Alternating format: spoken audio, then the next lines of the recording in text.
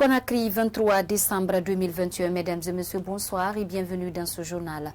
Retour de capitaine Moussa Dadis Camara après 12 ans d'exil.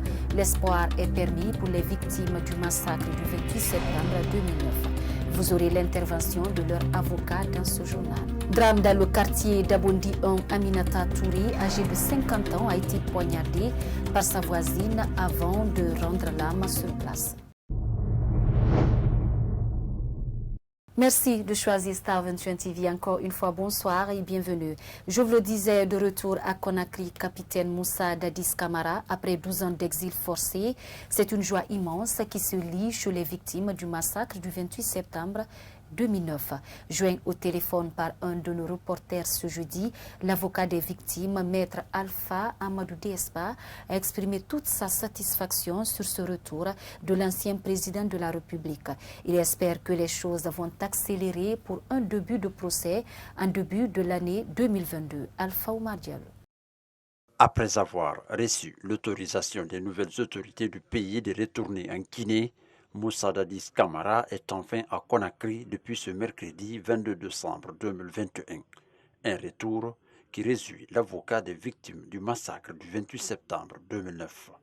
Oui, effectivement, ça peut nous réjouir dans la mesure où on a réclamé sa présence ainsi que celle de toutes les personnes qui sont inculpées dans cette affaire. Donc sa présence en Guinée est un gage quand même d'espoir pour les victimes parce qu'aujourd'hui, on se rend compte que sa présence au procès est une probabilité très forte. Dès sa descente de l'avion, l'ancien président de la transition s'est adressé au peuple d'où il a promis d'être à la disposition de la justice guinéenne pour que les responsabilités soient situées dans le dossier du 28 septembre 2009. Un discours rassurant. Certes, l'avocat des victimes du 28 septembre espère la tenue du procès dans les 3 mois prochains. Écoutez, nous avons suivi le discours de M. Dadis, il s'est engagé, ça c'est un fait. Maintenant, est-ce qu'il va respecter sa parole? Nous l'espérons.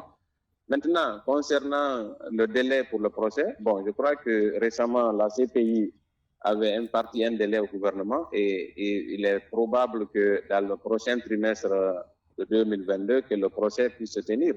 C'est pourquoi nous réitérons notre demande à l'endroit du gouvernement afin qu'une date soit fixée pour que nous-mêmes on sache comment nous programmer et nous préparer pour le procès. Donc, normalement, dans le prochain trimestre, le procès devrait s'ouvrir à Conakry. Les deux anciens présidents, Sekouba Konaté et le capitaine Moussa Dadis, ont été accueillis en héros par les Guinéens. Un acte qui paraît comme un coup de matraque sur ce conseiller des victimes du 28 septembre 2009. Écoutez, il s'agit d'anciens chefs d'État. J'estime qu'ils ont droit à certains égards, même s'il y a eu quand même un peu de trop, parce que je pense qu'ils auraient pu rentrer dans le pays avec beaucoup plus d'humilité. Bon, mais moi je laisse cette responsabilité morale au CNRD, parce qu'il est question quand même des personnes qui sont directement impliquées dans le massacre du 28 septembre où des centaines de personnes ont perdu la vie, une centaine de femmes violées. J'imagine que dans l'ordre naturel des choses, ils auraient pu rentrer de façon beaucoup plus sobre. Ce qui nous importe aujourd'hui, c'est qu'ils répondent de leurs actes. Les promesses doivent se traduire par des actes, notamment la tenue du procès du massacre du 28 septembre 2009. Les victimes attendent ce jugement depuis plus de 10 ans pour enfin situer les responsabilités. C'est dans les environs de 10 heures qu'un camion vidangeur a percuté 2 taxis avant de terminer sa course sous les hangars installés à la déventure de l'Université générale Lansana Conté de Sonfonia ce jeudi. Bilan, une fillette aurait perdu la vie et des étudiants grièvement blessés. Une situation qui a perturbé les cours à l'après-midi suite à la manifestation de colère des étudiants. Suivez les réactions de quelques-uns au micro d'Alpha Oumar Diallo et Ibrahima Khalil Silla. Bon, lorsque je suis venu, je vis qu'il y a eu un camion qui est venu renverser notre conteneur ici, avec beaucoup de véhicules ici. Il y a 2 taxis. Bon, finalement, j'ai demandé à les amis pourquoi le camion là est venu directement venir renverser les trucs ici. nous continuons avec les véhicules là. Après, ils m'ont expliqué que c'est le frein qui a lâché, quoi. C'est les explications. Que c'est le frein du camion qui a lâché. Maintenant, il s'est venu directement rentrer dans les trucs ici, les conteneurs avec les deux voitures. Oui, je suis vraiment inquiète. Parce que ici même, c'est ici, moi, dans le reste qui a été saccagé là, c'est ici, moi, je mange souvent. Je viens à 11h pour manger, mais aujourd'hui, j'avais décidé de ne pas venir. Bon, je ne voulais pas manger, je n'avais pas faim. Et du coup, mes amis étaient venus manger. Quand ils sont rentrés directement, on a entendu qu'il y a eu un accident ici. Ils n'ont qu'à soit à envoyer les vendeuses et les vendeurs là dans la cour. Comme ça, pendant les heures de pause, quand on sort, on mange là-bas, tranquille, on rentre. Il n'y a pas à faire de traversée. Parce que pendant les heures de pause, pour traverser, c'est tellement difficile. Chaque fois, il y a des voitures qui ratent les étudiants ici, chaque fois. Ou pendant les heures de pause, on bloque la circulation. Après, maintenant, la circulation doit passer. On sait ce qui s'est passé. Il y a un drame qui vient de se passer ce matin ici. Il y a eu un cas de mort. Et en fait, on a plus de 4 étudiants. Et donc, des étudiants sont blessés gravement. Et il y a un enfant qui a perdu la vie ici. Donc, vraiment, par rapport à la situation qui se passe maintenant à Symphonia, nous ne voulons plus maintenant que cette situation où ces cas se reproduisent, un tel cas se reproduise ici. Tout en interdisant c'est-à-dire la circulation, les gros porteurs. Parce que ces véhicules de poids lourds causent assez de problèmes. Ils viennent, vous-même vous constatez ce qui vient de se passer ici. Il a fallu en fait tuer des centaines de personnes avec les vendeurs qui sont assises là-bas. Donc, dans ce cas, nous ne voulons plus voir les camions pendant les heures de cours si l'État ne peut pas interdire, parce que nous ne sommes pas à la place de l'État. Mais pendant les heures de cours, nous les disons, nous les supplions d'interdire, demander à tous les gros porteurs d'arrêter de passer ici. Et maintenant, après le retour, à partir de congés, quand on vient ici, il y aura un agent, on veut un agent de sécurité de deux côtés. Un agent par là, un agent de l'autre côté. Quand il est l'heure de la récréation, c'est-à-dire ces deux agents vont chercher à immobiliser les voitures, attendre jusqu'à ce que les étudiants finissent de manger et que nous rentrons. Quand on rentre, ces voitures peuvent passer maintenant.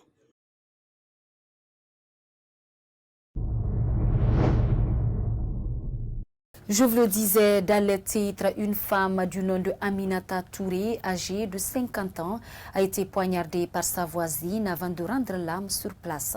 Ce drame s'est produit ce jeudi au quartier d'Abundi 1, dans la commune de Matam. Aussitôt informés, les agents du commissariat se sont rendus sur les lieux. Ibrahima Diallo et Abdourahmane Bari pour le reportage. C'est après leur dispute à cause des eaux de ruissellement que l'enfant de la victime aurait versé et qui est traversé sur sa voisine que Aminata Touré, âgée de 50 ans, aurait reçu des coups de couteau de la part de sa voisine d'origine léonaise avant de succomber à ses blessures. Sur le choc, le mari de la victime revient sur les faits.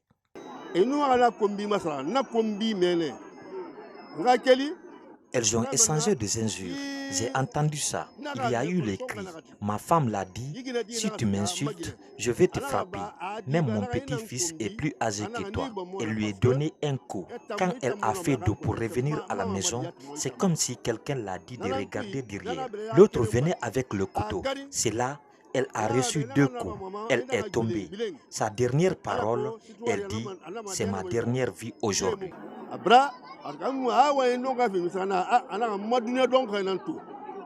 Les jeunes du quartier voulant se rendre justice, les agents du commissariat de Matam se sont rendus sur les lieux pour maîtriser la situation. Nous avons reçu l'appel téléphonique d'un citoyen, comme quoi il y a une femme léonaise qui a poignardé sa voisine. Et si on ne vient pas vite, il risque de la tuer et puis incendier son domicile. Automatiquement, nous sommes venus. Heureusement, on a pu la sauver, l'envoyer au commissariat central de Matam. Et puis, bien avant cela, on a trouvé un groupe de jeunes qui a empêché ces jeunes qui voulaient faire le vandalisme. Automatiquement, nous aussi, on est venus. On a bloqué les deux issues, la route qui mène vers le domicile de mis en cause. Automatiquement, nous avons bloqué les 2 lieux. On a mis un dispositif de sécurité. Les enfants de la victime inconsolable, Hawa Bangoura, témoignent aussi les faits.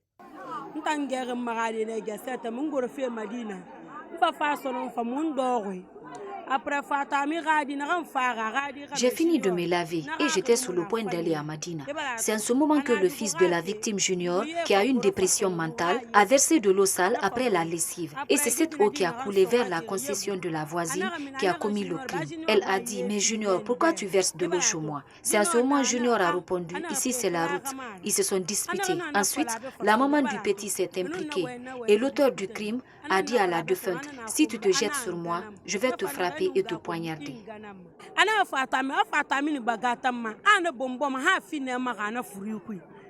Au moment où nous quittions les lieux, le présumé assassin a été transporté au commissariat de Matam. Le corps de Aminata Touré a été transporté quant à elle à l'hôpital et laisse derrière elle 3 garçons.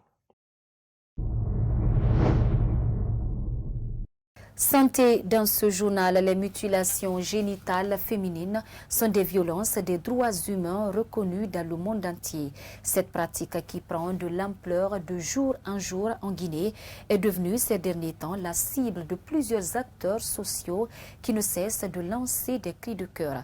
Pour plus de détails, suivez ce reportage de Kadia Toubari et Ibrahima Khalil Silla. Douleurs, saignements, risques d'infection comme le tétanos, ainsi que des maladies sexuellement transmissibles sont entre autres les conséquences des mutilations génitales féminines infligées aux jeunes filles. Fanta Traoré, activiste, dit avoir des objectifs. Mon combat est de mettre fin à cette pratique parce que c'est une pratique qui n'est pas du tout à fait bonne. Quand une fille est excisée, elle reçoit les douleurs en urinant. Je lance un appel à nos mamans de la Guinée qui pensent que l'excision est une bonne chose parce qu'elles disent souvent que l'excision est notre tradition. Bien sûr, l'excision est notre tradition, mais ce n'est pas bon. Dr Ben Youssouf Keita qualifie l'excision de traumatisme inutile qu'on inflige à la petite fille qui sera marquée à jamais dans sa vie. Selon ce médecin, cette pratique n'est pas sans conséquences. Cette pratique, la petite fille reste marquée par la douleur. Les conséquences immédiates qui peuvent arriver, c'est le saignement jusqu'à peut-être l'hémorragie totale qui peut provoquer le décès de la petite fille. Autre conséquence immédiate, ça peut être l'infection. Alors, il y a des conséquences tardives. C'est quoi? D'abord, c'est la diminution de l'intelligence même de la petite fille. Parce que ce que l'on excise là est un paquet de nerfs ultrasensibles et de vaisseaux. Donc vous diminuez une partie du système nerveux. Ça joue sur l'intelligence de la petite fille. Ensuite, ça joue sur sa sensibilité sexuelle quand elle arrivera à l'âge mature de se marier. Autre conséquence tardive, c'est les complications lors de l'accouchement. Pourquoi? Parce que l'élasticité dont a besoin cet appareil pour mettre l'enfant au monde va se réduire et il risque d'avoir des déchirures, des complications qui peuvent, elles aussi, entraîner ce qu'on appelle par exemple des prolapsus ou des fistules. Pour sa part, Maître Tcherno Souleymane Baldé, avocat, prodigue des conseils afin de bannir les mutilations génitales féminines et rappelle les sanctions prévues par la loi. Il faudrait que les parents qui aiment leurs enfants, qui aimeraient leur bonheur, qui aimeraient les voir s'épanouir, puissent désormais éviter ces pratiques. Et ils ont subi, ils savent qu'est-ce que c'est. Il faudrait qu'ils évitent à leurs enfants, filles, de devoir vivre la même souffrance qu'ils ont vécue toute leur vie. Ce n'est pas en fait une fatalité. C'est possible de l'éviter et il est temps vraiment qu'on prenne conscience et qu'on puisse l'éviter. Au-delà des parents, au niveau des autorités, surtout les officiers de police judiciaire, les magistrats, c'est leur rôle d'appliquer, de faire appliquer les dispositions légales qui sont appliquées dans notre pays. Donc il faudrait vraiment qu'ils fournissent assez d'efforts à chaque fois quand il y a ces pratiques, au-delà des cas de sensibilisation, de sanctionner. Puisque c'est surtout cela qui va dissuader la continuation de ces pratiques au niveau de certaines communautés. Il y a les dispositions du code pénal qui prévoient des sanctions allant de quelques mois à 2 ans de prison ferme.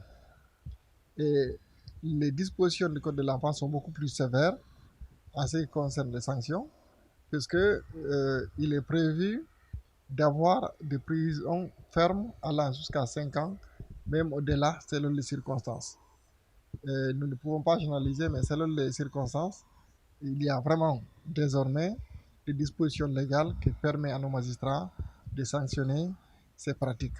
Soucieux du sort des jeunes filles, Dr Ben Youssouf Keita explique que ces conséquences néfastes à la santé pourraient être évitées en bannissant l'excision de la petite fille, car selon lui, il n'y a aucun avantage, ni social, ni économique, ni biologique et ni physiologique.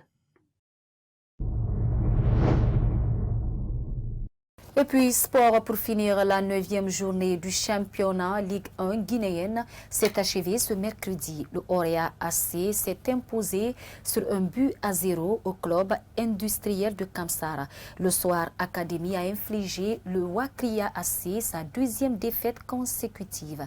Ibrahima Diallo pour le compte-rendu.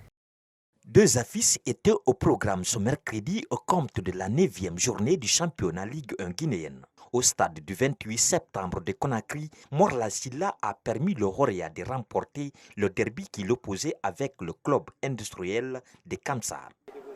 Aujourd'hui, on a beaucoup souffert. On a souffert tout le match.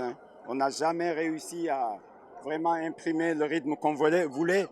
On a mis 20 minutes pour entrer dans ce match-là, tellement l'adversaire était très présent.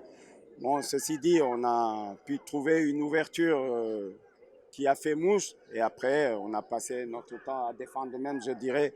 Ce n'est pas un gros match de Oroya, mais dû à la qualité de l'adversaire. Voilà, donc on se contente vraiment des 3 points parce que je pense que c'était important aujourd'hui.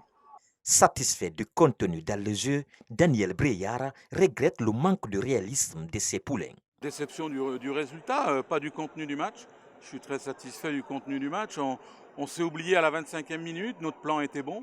À la 25e minute, on perd un ballon dans notre camp que ces joueurs-là exploitent très vite dans la zone offensive. Donc ils marquent un superbe but.